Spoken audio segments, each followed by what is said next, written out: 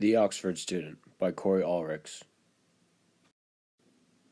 As you can see in this picture, the Oxford student is very dressed down for a long pilgrimage. He is described from lines 289 to 290, saying, "But looked quite hollow, far from debonair, and threadbare was the cloak he had to wear." So that meant by saying that his clothes that he was wearing has become worn down throughout the ages. And you can see that right here on his kneecaps that they have been replaced because he has no time and no money to spend on new clothes. Instead, he would go and buy on new books. Debonair means confident, stylish, and charming. And that says that the Oxford student, is very far from that and is not dressed like the others, like the knights or the other noblemen. Threadbare means becoming thin and tattered throughout the ages. From lines 293 to 296, it says, "For he would rather have at his bedhead some 20 books, all bound in black or red, of Aristotle and his philosophy, than finest robes, fiddle of plastery."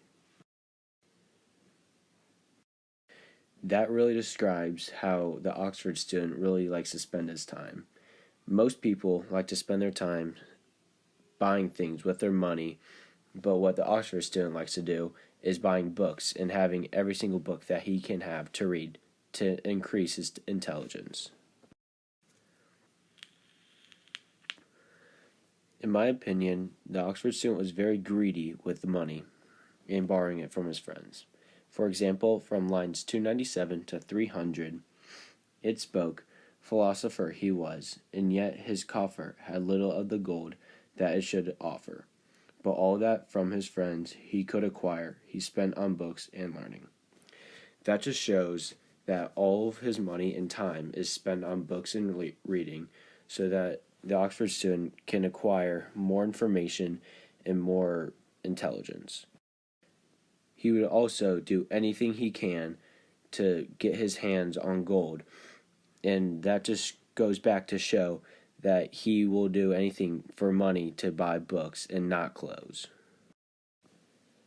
Going back to the first picture, the Oxford student is portrayed as small and quiet. This is shown from lines 304 to 308. "And then he spoke with formal reverence.